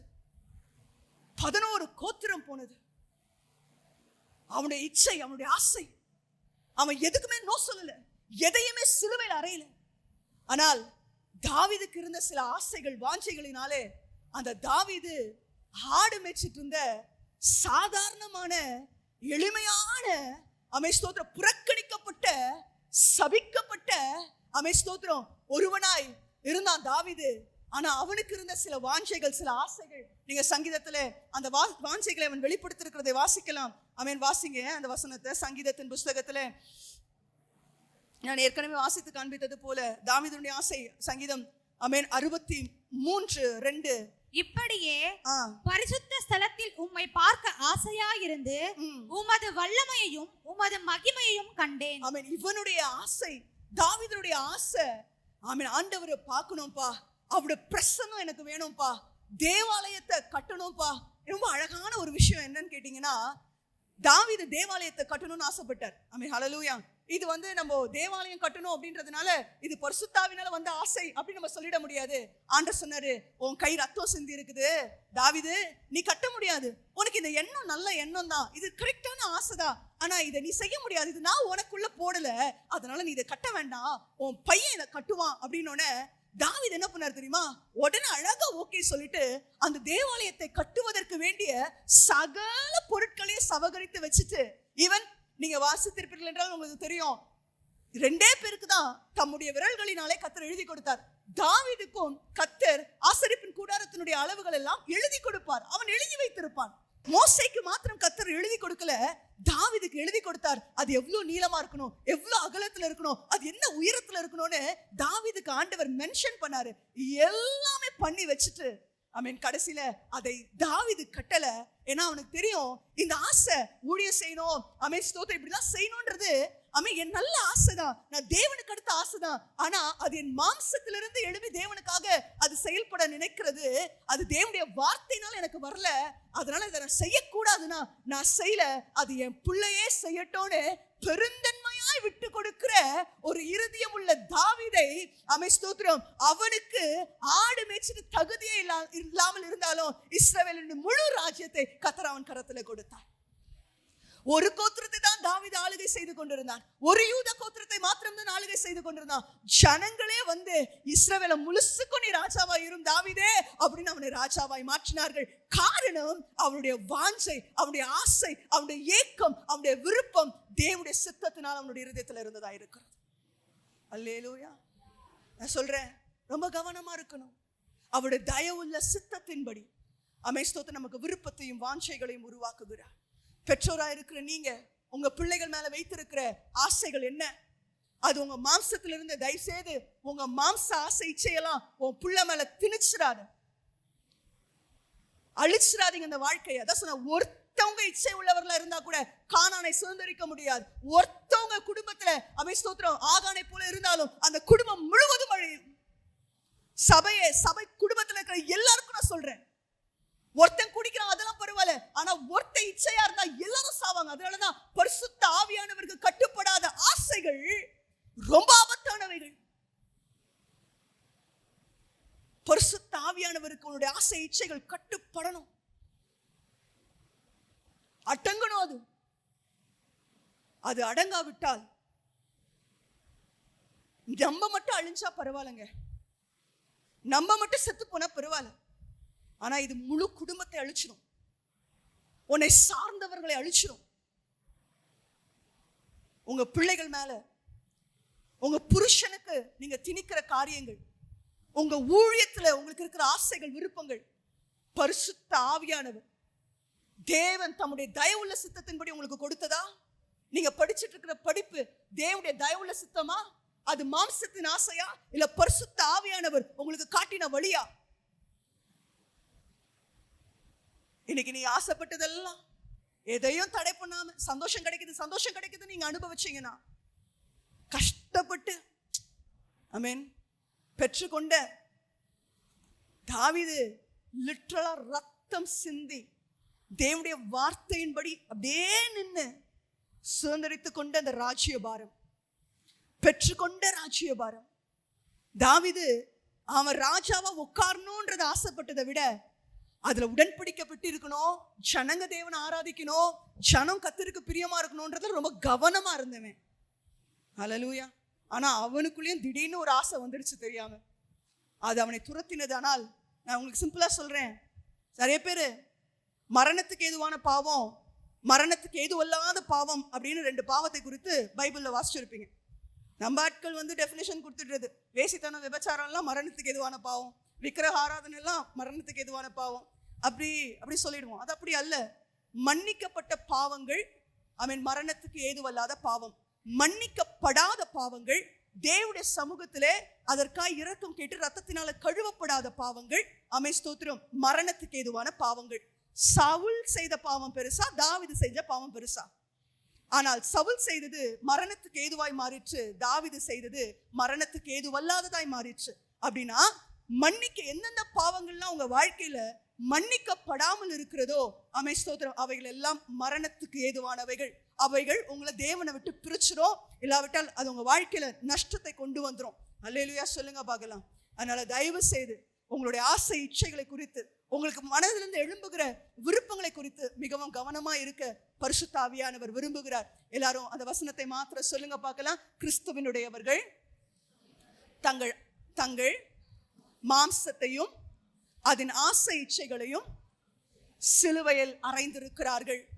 அப்படியே எல்லாம் எழும்புங்க பார்க்கலாம். எனக்கு சொல்லுங்க, ஆண்டவரே